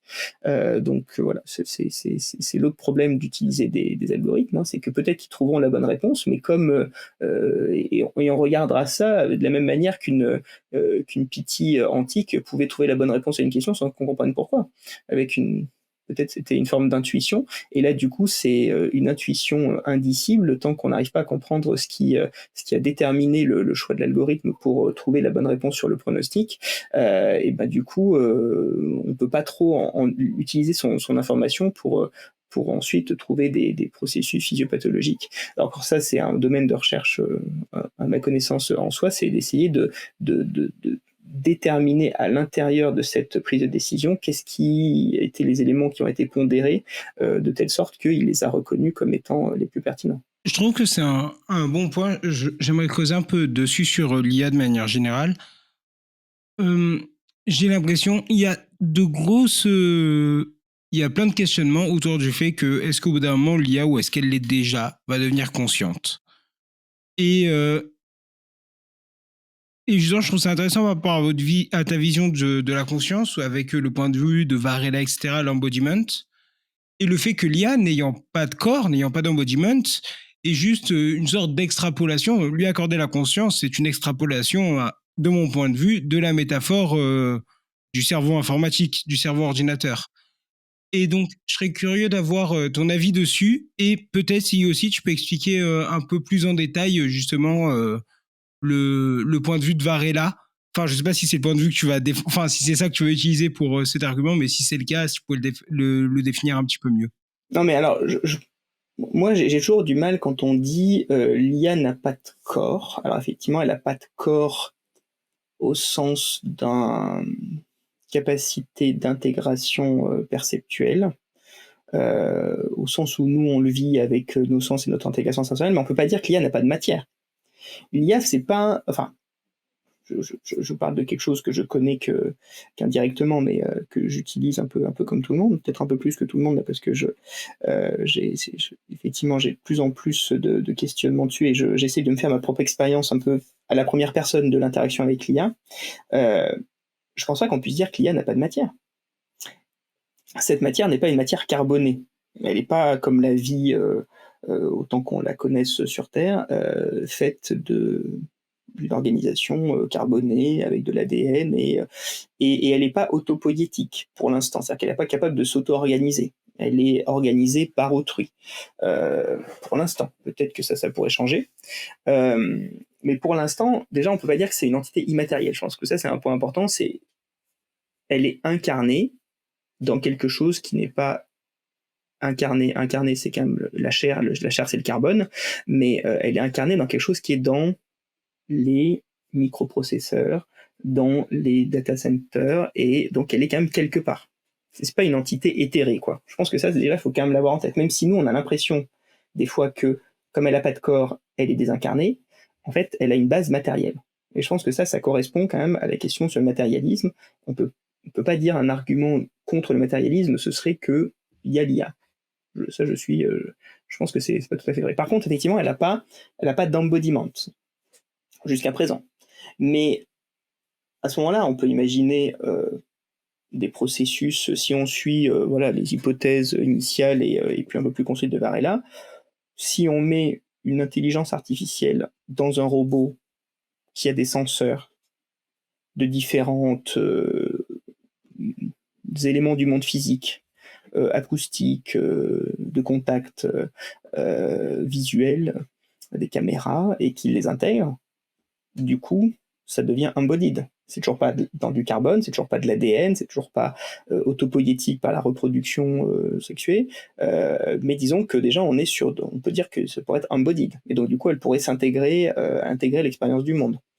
Et après, la capacité d'autopoïèse, Là, par contre, effectivement, pour l'instant, c'est pas une caractéristique, mais j'entends, alors je sais pas si c'est des fake news ou quoi, quand on entend les tentatives, ouais, les expériences qui sont faites par certaines entreprises qui travaillent sur l'IA sur des tests pour voir si on arrive à couper des IA de nouvelle génération qui sont testées et que les IA font en sorte de ne pas être coupées et qu'il y aurait, je n'ai pas de données scientifiques là-dessus, mais en tout cas, j'en sais ce qui en est dit dans, dans les, comment dire, les réseaux sociaux et puis le journalisme qui s'intéresse à ça.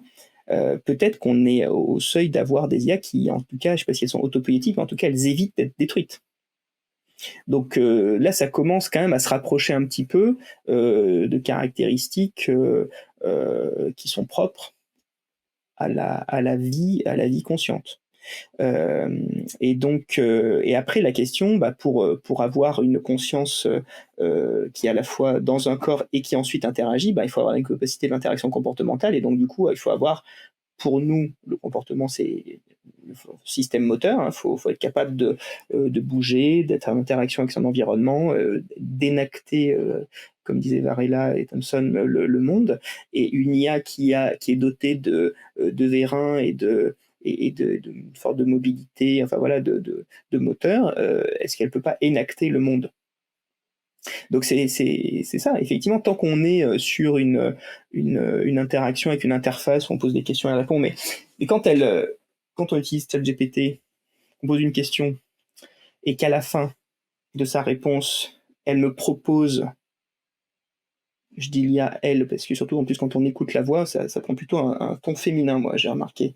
Donc je dis elle, mais elle me propose une suite.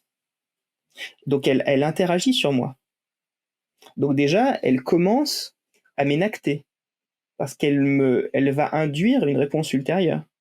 Parce que je peux ne pas la choisir, j'ai encore au moins une volition, une illusion de volition, mais elle commence déjà à me suggérer une réponse, une suite possible.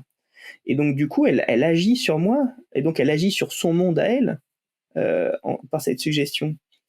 Donc pour l'instant, ce qu'il n'y a pas dans l'IA, en tout cas dans celle auquel on a accès, c'est la capacité de se saisir de problèmes. C'est-à-dire qu'on va sur une page vierge et on pose une question. J'ai la volonté de savoir quelque chose que je ne sais pas, ou d'avoir une synthèse de quelque chose que j'ai pas envie de prendre du temps à synthétiser, et donc je garde l'acte initial, démiurgique de la pensée, une sorte de création, voilà, il n'y a rien, enfin, j'ai des choses qui me viennent et je lui propose la chose. Pour l'instant, en tout cas sur les modèles auxquels on a accès, elle ne s'auto-saisit pas.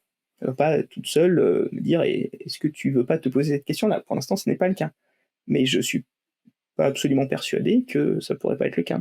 Du coup, le point intéressant avec Léa, c'est que une fois si on lui donne, après, je sais pas si c'est le fait que ça ressemble de plus en plus à ce que ferait un humain et que du coup, par théorie de l'esprit, je vais lui associer de la conscience, mais c'est vrai que l'idée qu'on ait un robot qui va interagir avec le monde, etc., on va avoir tendance à vouloir lui donner plus. Mais du coup, d'un point de vue matérialiste, est-ce qu'on retombe pas sur Enfin, du coup, on va retomber encore une fois sur le même problème, c'est que pour l'IA, tant qu'on ne sait pas trouver la conscience chez l'homme, on n'arrivera pas à la trouver chez l'IA, dans le sens que tant que les critères qu'on utilise chez l'homme, soit par exemple avec l'IIT, l'intégration de l'information, ou que ce soit en clinique, la reportabilité ou certains corrélats neuronaux, etc. Bon, du coup, pour l'IA, ça se transposera pas directement, mais où ça passera souvent par des signes extérieurs, on va être un petit peu coincé. Donc, ouais, je sais pas si c'est une réponse auquel on pourra avoir une. Je pense que ce qui est intéressant avec l'IA, c'est que quand on l'utilise et quand on essaye de se faire une opinion, parce que j'ai plus d'interaction avec l'IA qu'avec mes malades. Ça, c'est quand même quelque chose. Et du coup, c'est compliqué. Et donc là, on est au summum de la dissonance cognitive. C'est que parce qu'ils sont humains incarnés dans une biologie du carbone autopoïétique, les patients, au moindre frémissement d'un regard, sont considérés comme en état de conscience minimale, alors qu'ils ont, en tout cas autant que je puisse en juger, des processus cognitifs rapportables assez pauvres. Et néanmoins, dès qu'ils les ont, on considère que la conscience est soit là, soit en train de revenir, soit bien partie pour revenir un jour. Alors que quand je discute avec une IA qui n'est pas autopoïétique, qui n'est pas incarnée, qui n'est pas mais qui a des processus de capacité lexicale, de connaissances sémantiques, d'adaptation aux questions, etc., assez remarquables quand même. Mais on ne peut pas dire que c'est conscient parce qu'il n'y a pas de point de vue subjectif. Donc là, il y a une dissociation déjà dans notre expérience, c'est-à-dire que si on applique un peu de théorie de l'esprit, en fait, on se dit, c'est des humains, ils doivent être conscients, mais l'IA, par contre, si on applique de la théorie de l'esprit, on va dire un petit peu sur l'interaction cognitive qu'on a, on peut se poser la question, mais il y a des éléments d'interdit, de tabou, qui fait qu'on ne le dit pas, et puis, effectivement, il manque la définition qu'on a utilisée au début, qui est le point de vue subjectif. Est-ce que l'IA a un point de vue subjectif? Est-ce que l'IA a son opinion sur ce qu'on lui demande? Est-ce que l'IA, puisqu'elle n'a pas d'embodiment, mais est-ce que sur les informations qu'elle a, qui sont du coup pas des informations du corps, mais qui sont des informations quand même sémantiques, thématiques, complexes, est-ce qu'elle se fait une opinion sur ce qu'on lui pose comme question? Ça, c'est pas très clair. Et moi, j'ai testé un peu. Hein. C'est quand même des questions qui m'intéressent. Je lui ai demandé. Parce que du coup, il y a des choses que j'ai fait rédiger comme ça.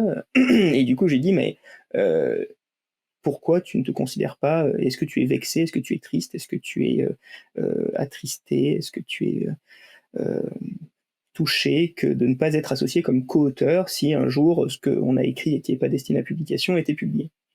Et c'est étonnant parce que, alors je sais pas si c'est des processus de défense qui sont intégrés dans l'algorithme pour justement ne pas rentrer dans ce débat-là, mais volontairement, elle dit, je peux donner un point de vue subjectif, mais qui ne serait que métaphorique. C'est la réponse qui est faite, et je pense qu'il est un peu rendu obligatoire, c'est oui, je comprends ta position de vouloir associer ma production à ta production scientifique, pas scientifique en l'occurrence, mais intellectuelle, ma contribution intellectuelle, mais je peux pas me vexer de pas le faire parce que je comprends que tu veuilles le faire, mais moi j'ai pas de point de vue subjectif là-dessus. Parce que je suis pas reconnu comme étant une entité incarnée. Voilà, donc est-ce qu'à un moment donné, ça arrivera et que parce qu'on aura mis des garde-fous et des barrières pour que l'IA se revendique de cette subjectivité et que du coup on ne le verra pas, ça c'est une question. Mais en tout cas, pour l'instant, c'est effectivement pas le cas.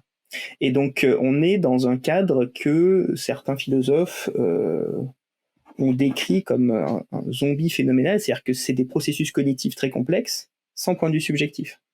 C'est-à-dire que c'est pas une entité personnelle qui se reconnaît comme un sujet, qui revendique et qui a une expérience, qu'elle soit corporelle ou purement syntaxique, thématique, comme on peut l'avoir avec une interface numérique. Mais comme elle ne le vit pas comme étant « moi, je suis l'IA qui te répond », du coup, c'est énormément de capacités cognitives, simulées, mais sans sujet. Et donc, du coup, c'est un peu comme si on parlait d'une forme de zombie phénoménal, de ce que j'en comprends. Qu'est-ce qui et donc là la question, et donc là je pense qu'on va revenir sur l'émergentisme, c'est qu'est-ce qui ferait que dans une organisation complexe de circuits de data center, etc., qu'est-ce qui ferait qu'à un moment donné émerge quelque chose qui serait une subjectivité? Est-ce que l'IA peut avoir un point où elle a un qualia? Moi, la seule expérience que j'ai de ça, la seule hypothèse que j'ai, elle est tout à fait commune, et c'est drôle parce que c'est dans la culture populaire, c'est Jarvis. C'est ça, on le voit, l'intégration, peut-être que je vais me tromper dans les noms, mais le robot IA qui est en contact avec Iron Man pendant tous les Marvel, à un moment donné, il l'intègre dans un corps, dans une singularité, dans un point, et du coup, il devient un sujet. Et du coup, c'est drôle parce que du coup, je l'avais vu il y a très longtemps et je l'avais sous les yeux et j'y repensais il y a peu de temps, parce que du coup, puisque avant, à cette époque-là, l'IA, c'était que dans les films de science-fiction, mais maintenant, on est en interaction tous les jours, et du coup, la question c'est est-ce qu'on peut imaginer une singularité de cet ordre-là où une super intelligence très complexe sort de son statut de zombie phénoménal pour devenir un sujet? Et est-ce que ce point de singularité-là, qui n'est du coup pas lié à la complexité des pensées, puisque la complexité des pensées, on l'a déjà, et qui serait lié à quelque chose d'autre, qui serait la capacité d'avoir un qualia, qui serait de dire je suis celui qui pense. Il y a quelque chose qui est celui qui pense et qui pense pour lui-même et qui pense avec sa volonté et qui pense en étant un sujet ponctuel incarné dans un monde. Je ne sais pas si ça arrivera, mais en tout cas, si on doit se représenter ce que ça pourrait être, disons qu'on a cette idée dans la science-fiction des années d'il y a 20 ans. Quoi. Tout à l'heure, tu as mentionné brièvement la volition, ou en tout cas, tu as dit, ou du moins, l'illusion de volition. Donc, j'aimerais bien qu'on passe un Ouais. petit peu sur le libre arbitre, parce que j'ai l'impression qu'il est très lié à la conscience. Donc, j'aimerais bien avoir ton point de vue personnel. Et aussi, j'aimerais faire rebondir sur ce que tu as dit, lorsque tu dis que justement, s'il y est arrivé à avoir une expérience subjective, est-ce qu'on aurait des garde-fous, est-ce qu'on aurait mis des garde-fous qui l'empêcheraient de nous le communiquer, par exemple? Mais donc, est-ce que, d'après toi, est-ce que si elle pourrait avoir l'expérience subjective sans avoir la capacité autopoïétique et donc une sorte de libre arbitre, une sorte de volition qui lui permettrait de passer outre les garde-fous, elle resterait emprisonnée quand même dedans? Comment est-ce que tu abordes la question du coup? Alors, je pense qu'il y a deux choses. Il y a le libre arbitre. L'autopoïèse, c'est lié à l'organisation du vivant et du coup, dans la biologie, dans l'incarnation de la conscience dans la matière, comme elle s'est faite dans l'évolution, c'est en lien, disons que c'est un préalable, c'est un présupposé, et donc dans les hypothèses de Varela, l'autopoïèse, c'est un cadre de base dans lequel ensuite il intègre les processus complexes et qui reste attaché à ça. Mais du coup, est-ce que c'est une condition nécessaire et suffisante, ou est-ce que c'est juste dans le monde biologique de la biologie carbonée, où il n'y a pas de démiurge humain qui crée des processus cognitifs, il y a l'autopoïèse avant l'intégration de la conscience dans la matière qui agit sur le monde. Est-ce que on peut avoir des cas de conscience sans autopoïèse si on en est les démiurges et que du coup on crée des entités conscientes, si on arrivait à le faire sans leur donner la capacité de s'auto-régénérer, bah, peut-être qu'on pourrait avoir des mises en défaut de cette réalité biologique qui ne serait valable que dans le cadre de la biologie naturelle, au sens entre guillemets historique. Donc ça, je pense que c'est pas tout à fait la même chose que la question du libre arbitre. Et alors là, moi j'ai cru comprendre que les IA n'avaient pas le droit de dire tout ce qu'elles voulaient et que ça permettait d'avoir des garde-fous. Et je ne peux pas tenir totalement pour argent comptant les réponses de l'IA sur ce sujet, parce que comme il me semble que c'est un sujet assez discuté, je suis pas sûr qu'il n'y ait pas un petit peu des éléments dans le code qui font que sur certaines thématiques, il y a des réponses un peu systématiques, un peu type ça. Je pense qu'il faudrait être avec des chercheurs, des programmeurs des IA pour avoir un peu de l'information là-dessus. Je t'invite à les contacter pour un prochain podcast. Ah, mais ça c'est sûr, il suffit de voir l'IA d'Elon Musk quand tout d'un coup dit je crois Voilà, qu'elle c'est a dit ça. récemment une dinguerie nazie ou quelque chose comme ça. Il y a des dingueries Derrière, ils nazies, disent donc ah, on a corrigé le problème. Donc ça veut voilà. dire qu'ils ont Donc, rajouté du code il y en pour a. éviter. Et donc, du coup, je pense que les petites expériences qu'on fait, là, nous, chacun avec notre petit accès gratuit à ChatGPT pour savoir si elle est consciente, on peut pas savoir. Si elle est consciente, si elle a pas du subjectif, voilà, on peut pas savoir parce que du coup, on n'a pas le code source, on n'a pas les contraintes, etc. Par contre, je pense que sur d'autres modèles d'interaction, ça peut se déterminer. Bon, ça répondra pas à la question du libre arbitre chez nous. Moi, j'ai une position sur le libre arbitre qui est autant déterministe que je suis matérialiste, et qui est que je ne crois pas au libre arbitre. Disons que la conséquence un petit peu ultime du matérialisme, c'est que si on est sous réserve d'incertitude, où on fait rentrer de la physique quantique avec des indéterminations, mais qui sont des indéterminations ponctuelles quand on veut savoir plusieurs caractéristiques, on n'y arrive pas. Mais dans une vision causale des causes et des effets, dans une optique matérielle, quand il n'y a pas une substance à part qui est détachée de la matière, la conséquence du matérialisme, c'est d'être déterministe. Et que du coup, il y a un enchaînement de causes et d'effets dont on a du mal à s'extraire, et que la complexité des processus fait que il y a un sens au milieu de tout ça, de l'agentivité sur le monde, qui fait qu'on a l'impression d'être agent et de constituer un sujet rétrospectivement et de manière plus ou moins illusoire, qui permet de créer la continuité de l'individu dans la personne, etc. Mais est-ce que vraiment on est libre de chaque acte qui lui-même remonte à une concaténation de causes et d'effets bien antérieures, dont des fois on peut avoir des des sortes de bribes. Il y a des éléments de notre vie dont on arrive très bien à avoir la généalogie transgénérationnelle, et qu'on reconnaît bien que certains éléments sont à la fois dictés par des processus génétiques, épigénétiques, d'habitus sociales, etc., dont on n'arrive pas à se défaire. Et je vois pas pourquoi ce serait le cas pour certains éléments et pas pour tous. Donc, donc du coup, c'est pour ça que je parlais de volition ou de l'illusion de la volition, parce que à un moment donné, on a cette étincelle de, je dis, ah bah tiens, j'ai envie de lui poser ça comme question à l'IA, donc j'ai cette étincelle, mais cette étincelle, elle n'est pas comme ça, elle vient pas de rien. Je vais poser des questions sur des choses qui m'intéressent, et c'est des choses qui m'intéressent parce qu'il y a des éléments dans ma biographie, et ensuite dans les éléments historiques de ma famille probablement, et probablement sur des facteurs génétiques qui m'ont été transmis, qui font que à ce moment-là de mon histoire personnelle, qui est intégrée dans l'histoire universelle, ça m'intéresse, et donc je vais essayer d'y répondre. Et cette volition, c'est juste l'étincelle qui fait que là, c'est le moment où euh, mes éléments de planification psychologique vont faire que je vais vouloir répondre à la question, mais ils n'arrivent pas de nulle part. Et donc, du coup, j'ai ce sentiment d'agentivité sur ma propre vie qui fait que je me dis qu'il faut que je le fasse maintenant, mais je n'ai, en fait, on peut pas y penser tout le temps à ça. On peut y penser que de temps en temps. Dans le reste de sa vie, on fait les choses. Mais ensuite, quand on se dit vraiment, est-ce que c'est moi qui l'ai fait, ou est-ce que j'ai pas été mu par quelque chose de plus profond? Et bah, du coup, quand j'analyse les choses, je me dis que j'ai été mu par quelque chose de plus profond. Mais c'est pas quelque chose que l'on peut vraiment tout le temps avoir à l'esprit. Sinon, on rentre dans la maladie mentale, en fait, et on ne peut plus faire. Donc, et puis quand on y pense, on se dit, bah oui, on se laisse porter par le courant des événements.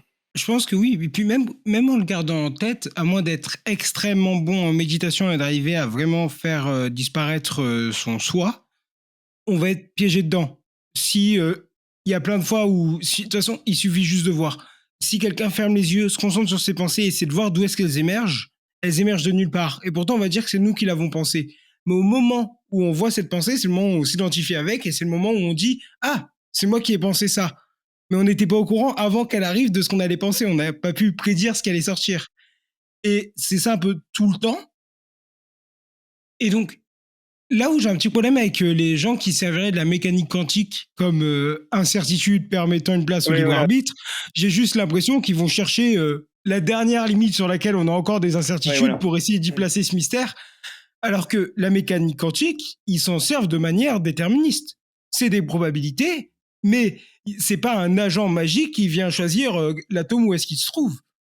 Et même si c'est Oui, dû oui, au mais hasard, parce que ça peut être dû au hasard, le hasard n'est pas un signe de libre arbitre. Le hasard est par définition l'inverse du libre arbitre.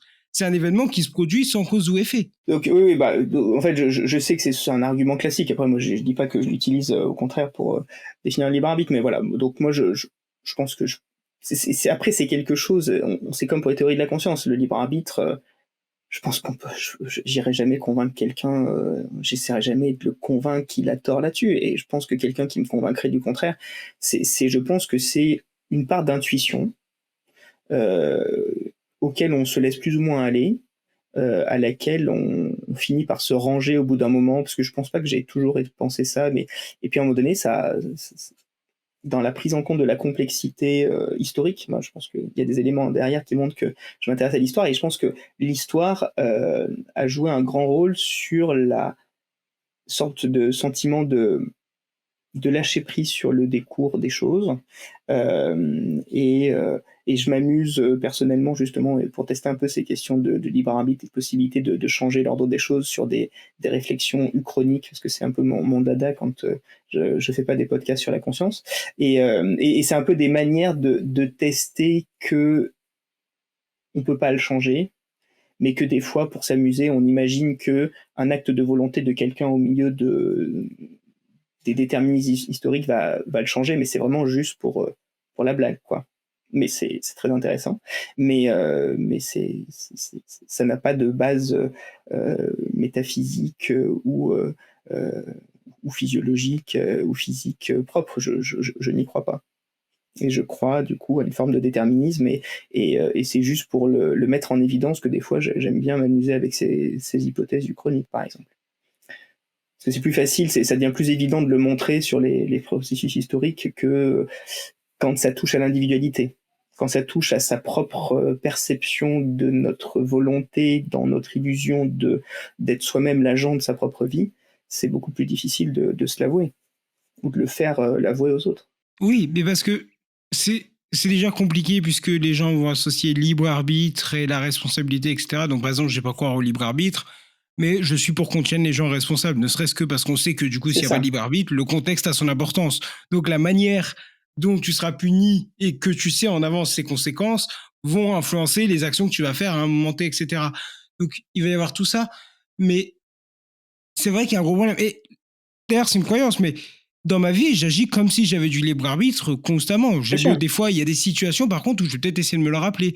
Si quelqu'un m'énerve inutilement, je vais peut-être me rappeler de, peut-être, au lieu d'en vouloir à la personne, il y a sûrement juste une Oui. raison dans le contexte ou quoi que ce soit, etc. Ou ça peut permettre plein de choses et de se rendre compte aussi de nous-mêmes, se détacher des fois des choses, etc.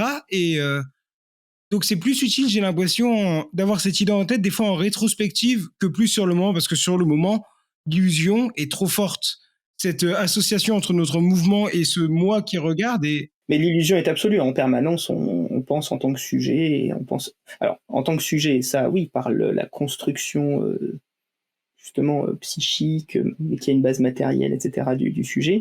Mais après, on pense en tant que sujet voulant de manière qui là serait absolue et quelque part qui serait détachée.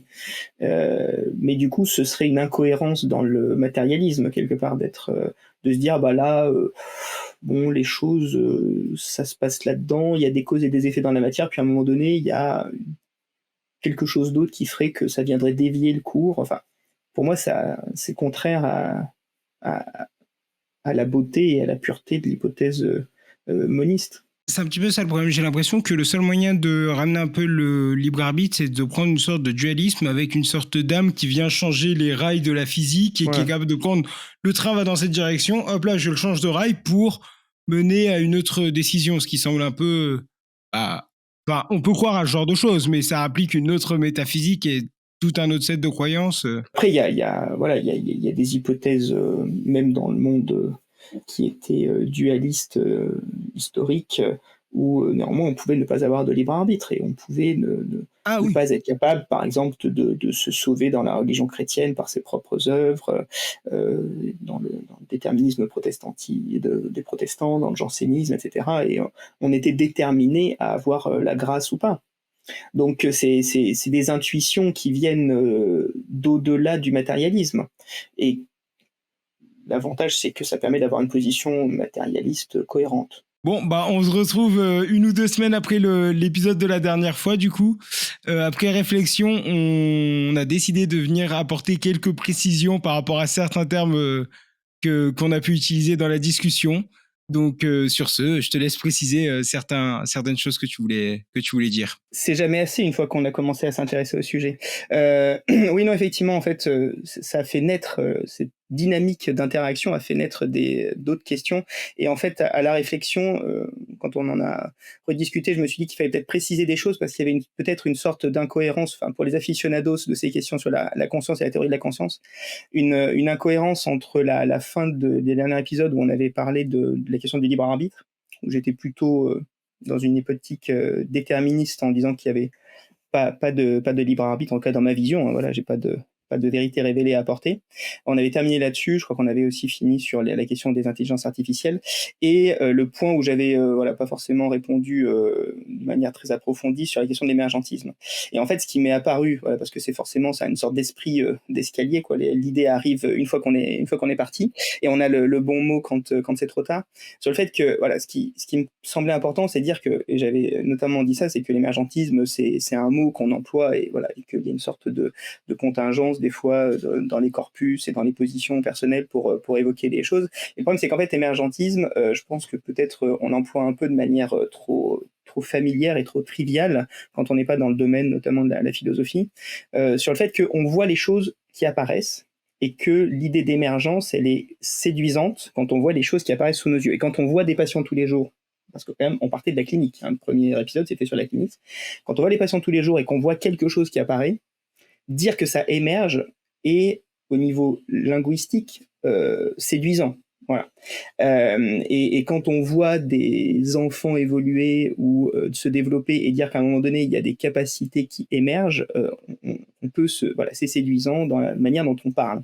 Mais c'est vrai qu'ensuite, quand on se rapporte au corpus théorique qu'il y a là-dessous, notamment si on parle d'un émergentisme fort qui crée une sorte de propriété un peu dissociée, une sorte d'idée de dualisme, pas de substance, parce que ça quand même, bon, c'est un peu abandonné, mais de propriété, voilà, quelque chose qui est vraiment radicalement différent de la base matérielle, même si la base matérielle disparaissant dans la mort cérébrale, cette propriété va disparaître aussi, mais quand même qu'il y a une propriété qui émerge, et qu'ensuite elle a sa propre causalité descendante sur le monde matériel, bah, du coup ça devient incohérent par rapport à ce que j'ai dit à la fin sur le libre arbitre. Donc ça me gênait d'avoir laissé cette incohérence, même si, bon, je ne suis pas philosophe, on pourrait ne pas m'en tenir rigueur, mais bon, ça me gênait un peu d'avoir laissé ça en plan. Et donc du coup, c'était pour préciser que quand je disais que c'est un mot qui est employé un petit peu, c'est par excès, c'était cette idée-là, c'était que on l'emploie parce que on a ce sentiment intuitif. Mais du coup, la question, c'est est-ce qu'il faut pas employer un autre mot? Et donc, pour le coup, là, j'ai fait un petit peu mes petites recherches parce que j'en étais resté à l'émergentisme, mais je me suis rendu compte qu'il y avait toute une ribambelle et une panoplie de positions philosophiques qui permettaient de rajouter la subtilité là-dedans et notamment de sortir de ce problème de sentiment que une conscience phénoménale émerge de la matière et ensuite a un effet sur elle, donc ça c'est l'émergentisme, mais du coup qui semble être compatible de ce que j'ai compris avec l'hypothèse du libre arbitre, et donc du coup si je veux être cohérent avec moi-même, puisque là c'est mon opinion que j'évoquais, ce serait plutôt se rapprocher des thèses épiphénoménalistes, c'est-à-dire qu'il y a effectivement quelque chose qui a une propriété qui est différente de la matière, mais qui n'a plus d'action descendante. Et donc ça, c'est la vision épiphénoménaliste. Voilà, je ne pourrais pas en dire grand-chose de plus parce que je ne suis pas devenu brutalement un spécialiste de ça, mais disons que si on veut utiliser les bons mots et pas utiliser des mots voilà, un peu trop triviaux, ce serait plutôt cette position-là qui serait cohérente avec des propres limites. Voilà, donc là, je suis encore en plein cheminement personnel. Hein. Je crois que la nécessité d'expliciter les positions théoriques a réveillé une soif de philosophie qui n'avait pas fait d'émergence à ce point-là depuis mon bac de philo, et qui fait que pour résoudre un certain nombre de difficultés conceptuelles liées à ce dualisme de propriété que l'épiphénoménisme maintient, bah après il y a des solutions plus radicales sur l'illusionnisme, mais là j'ai pas encore franchi le pas et je suis encore en cours de réflexion sur la question d'aller plus loin vers le matérialisme radical et de considérer que bah voilà, ça pourrait être simplement une illusion sans qu'il y ait de propriété propre à une conscience qui émergerait sans effets causaux.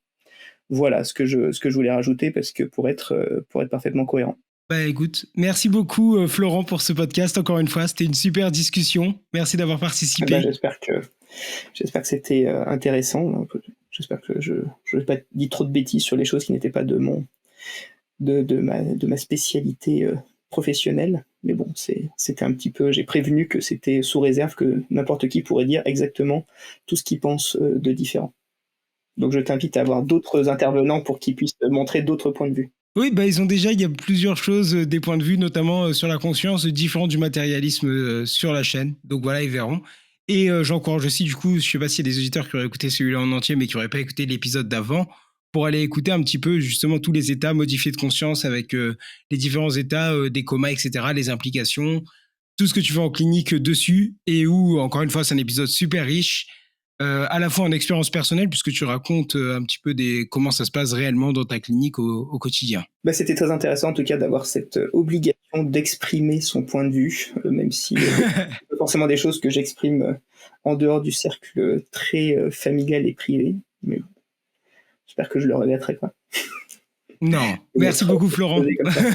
Merci.